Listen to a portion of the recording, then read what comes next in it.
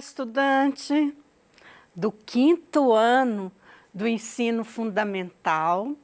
Eu sou a professora Eliana, pode me chamar de Lili, meu apelido. Aqui está o Hermes e a aula de hoje nós vamos falar de análise de gráficos. O PET do 5º ano do 2º bimestre, nós estamos na semana 2 com as habilidades referentes ao currículo de Minas, que é ler, interpretar dados estatísticos apresentados em textos, tabelas e gráficos. Nós temos essas habilidades e a estatística, ela trabalha com dados numéricos que podem ser representados por meios de tabelas e diferentes tipos de gráficos. Por exemplo, gráfico de coluna ou barra, gráfico de linhas, gráfico de pizza, também chamado de setor, entre outros tipos de gráficos. Existem vários tipos de gráficos na estatística, que é uma parte relacionada à pesquisa, né? Mostrar esses dados. E esses elementos que a gente utiliza no gráfico, os principais elementos são o título, que vai apresentar a informação principal, a fonte, que indica de onde essas informações foram retiradas, a legenda, que pode auxiliar, né, mais na leitura desse gráfico, os números, que indicam a quantidade ou medida de uma grandeza. Por exemplo, esses elementos ajudam na interpretação dos dados. O gráfico de linhas que eu vou mostrar para vocês mostra o número de estudantes inscritos no Enem de 2009 a 2019. É uma notícia que eu vou dar a fonte de onde que eu tirei, né, esse gráfico. A notícia com a data do dia 29/5/2019 destaca que desde a reformulação do Enem, apenas as edições de 2009 e 2010 tiveram menos inscritos. O título da notícia é Enem 2019 registra o menor número de inscritos da década. Então, década são 10 anos. Desde que quando foi criado o Enem, em 2009, que registrou menos dados, né, antes. Então, vamos ver esse gráfico. O gráfico, ele foi mostrado assim. Ele não tem título gráfico. Se eu mostrar um gráfico com título, ao visualizar os dados numéricos que eu tenho neste gráfico, eu consigo identificar melhor. Só o gráfico assim, igual vocês estão vendo, ele não consegue, eu vou ter que, né, identificar alguma coisa. O que esse gráfico está mostrando? A fonte que eu coloquei pode auxiliar. A fonte mostra o endereço, né, do MEC, do Enem, e mostra o título também da reportagem. Mas quanto mais completo eu tiver o gráfico, mais facilita para o leitor, mais facilita para você, estudante. Então, numa prova, às vezes você não tem o título, fica de olho na fonte. Olha a dica aí da professora, às vezes só de você ler na fonte, você já interpreta. Por quê? Às vezes o gráfico está dentro de um contexto, igual estava este da notícia, e que o gráfico não apresentava o título. Mas e se eu colocar o título? Se eu colocar o título geralmente vem acima do gráfico. Estudantes inscritos no Enem de 2009 a 2019.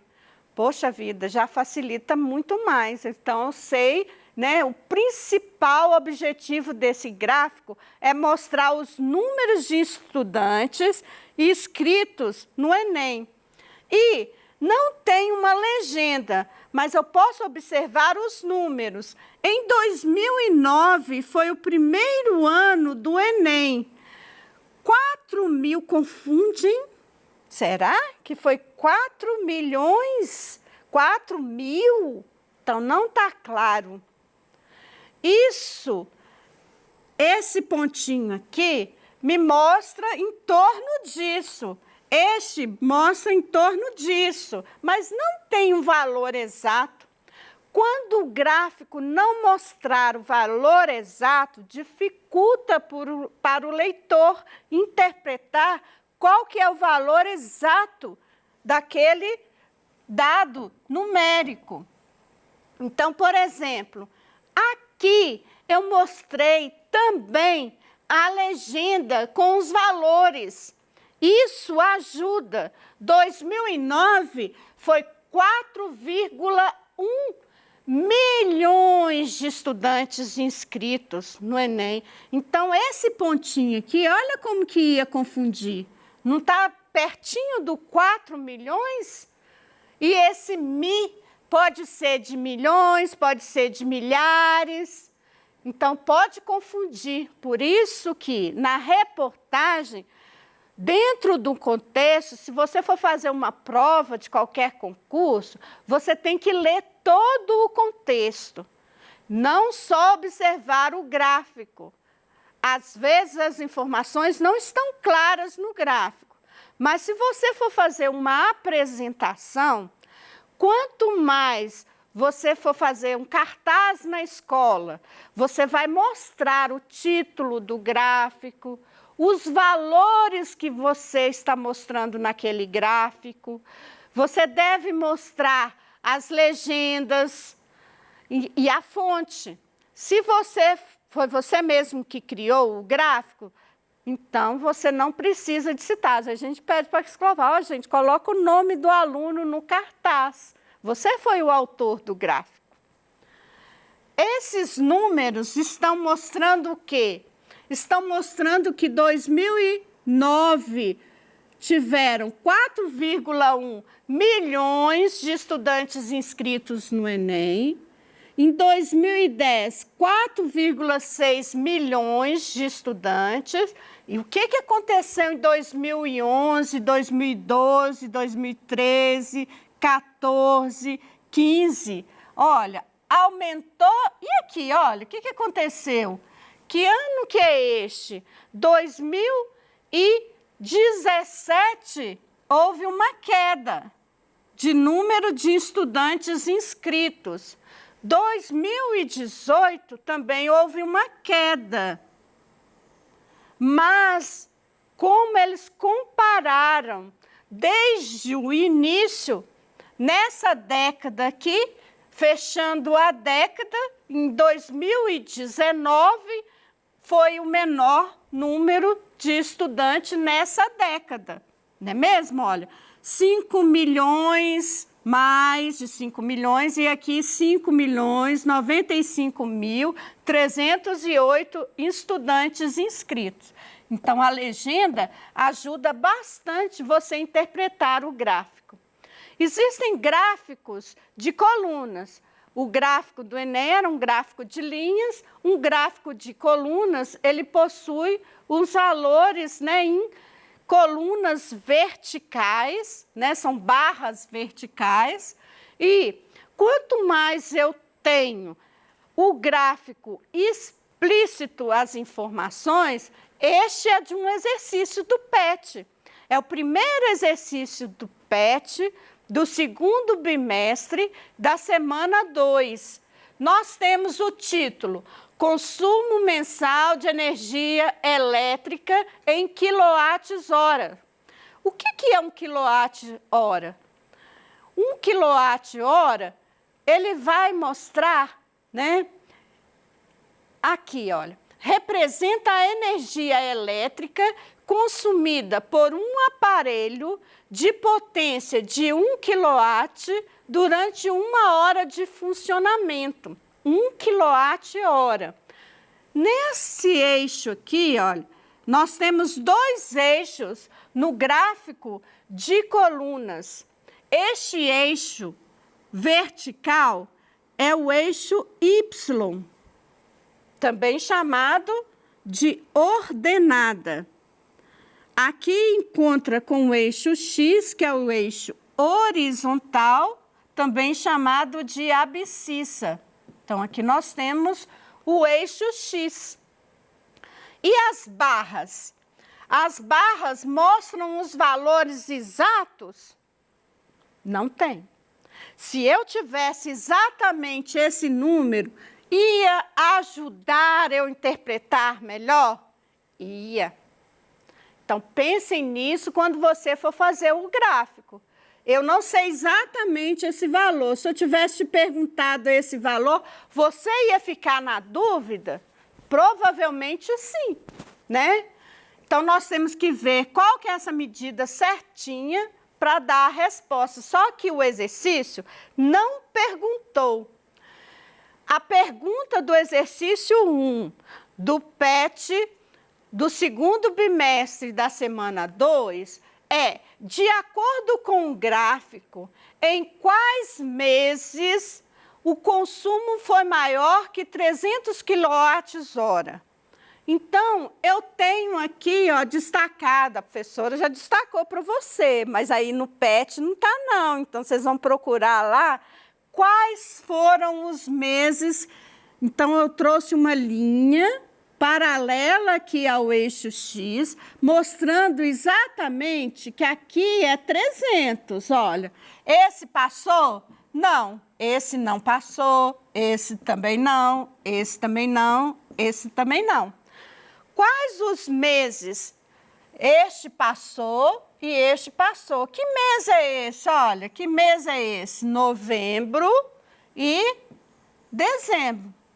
Então, vou responder lá no PET quais são os meses.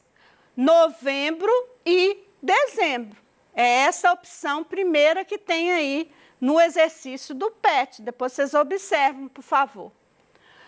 O gráfico de número 2 do exercício do PET representa a quantidade de brinquedos que o Igor tem em casa. Observe o gráfico de brinquedos. Lembre-se que cada barra corresponde a um tipo de brinquedo. Faça a análise das informações e responda. Então, quantas barras eu tenho neste gráfico?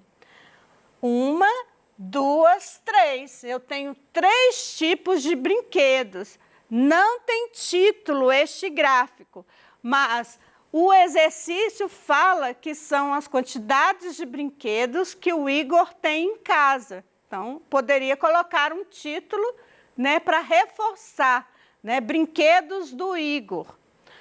Jogos, carrinhos, bolas.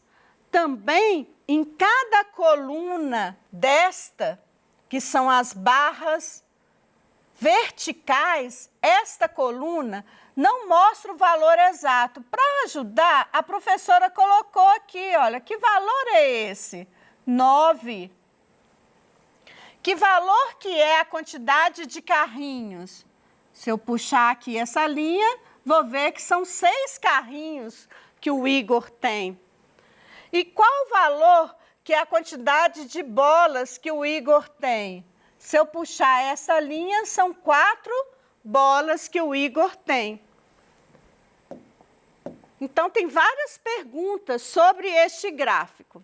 A letra A pergunta: qual a quantidade de bolas está representada no gráfico?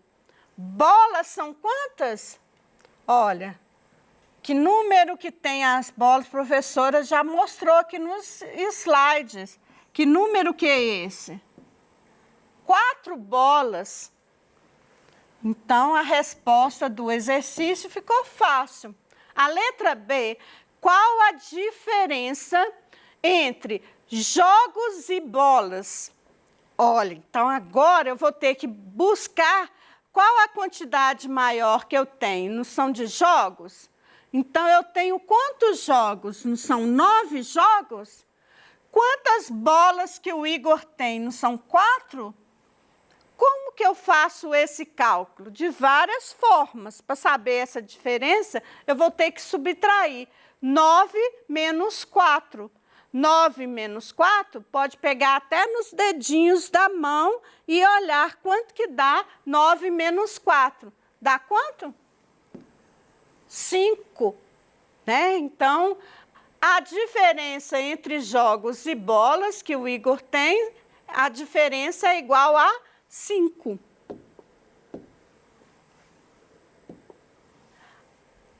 A letra C pergunta: quantos carrinhos faltam para Igor ficar com a mesma quantidade que tem de jogos? Quantos carrinhos faltam? Eu tenho 9 jogos menos 6 carrinhos, então é igual a 3. Faltam 3 carrinhos. Igor, a letra D, Igor tem quantos brinquedos no total? O total eu vou somar o número de bolas, que são 9 bolas que o Igor tem, 6 carrinhos que ele tem, mais 4 bolas. Como que eu posso somar? De várias formas, até mesmo nos dedinhos dá. Você vai e volta, porque são 9, né? Dedinhos da mão, eu tenho 10, né? E aí eu posso somar de várias formas. 9 mais 6 vai dar 15, subiu 1, né? O 1 é uma dezena.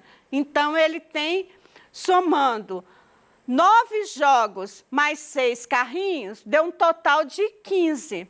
Somando com mais 4 bolas, eu tenho 19 brinquedos, né, que o Igor tem, 19 brinquedos no total, que é a resposta. O número 3, observe o gráfico e veja os números de turistas que visitaram o litoral durante uma semana de férias no mês de janeiro e depois responda. Então, não tem um número exato. Para facilitar, a professora colocou aqui nos slides o número em cima de cada coluna. Aí ficou mais fácil para responder.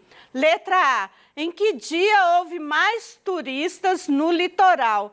Então, mais turistas no litoral foi a quinta-feira. Quantos turistas? 4.632. A letra B, qual foi o total de turistas durante a semana? Eu vou ter que pegar todos os dias da semana, desde segunda até domingo, que está mostrando no gráfico. Então, eu já coloquei aqui para vocês a ordem desde segunda, somando cada valor. Como que eu vou somar? A primeira, né, unidade vai dar 17. Então, subiu o 1. Depois eu vou somar, vai dar 36. Então, coloco o 6, subiu o 3. Vou somar, vai dar 35. E aí, vou somar essa, né, unidade de milhar, e aí deu quanto? 24, subiu 2. Então, qual que é a resposta? 24.567 é o número total de turistas durante a semana. Em relação à quarta-feira, quantos turistas a mais que quinta-feira? Então, eu peguei a quantidade maior, que é quinta-feira, e subtraí da quarta-feira. Então, a diferença vai dar... Eu fazendo a diferença, eu tenho aqui a operação, deu 989. A letra D, Qual a diferença entre o número de turistas que visitaram o litoral entre segunda e domingo? Então, pegando a diferença, nós temos aqui o cálculo, vou deixar os exercícios prontos para vocês. Nós vamos ter esse exercício nos slides, deixar os exercícios aqui para vocês conferirem. Até a nossa próxima aula. Muito obrigada.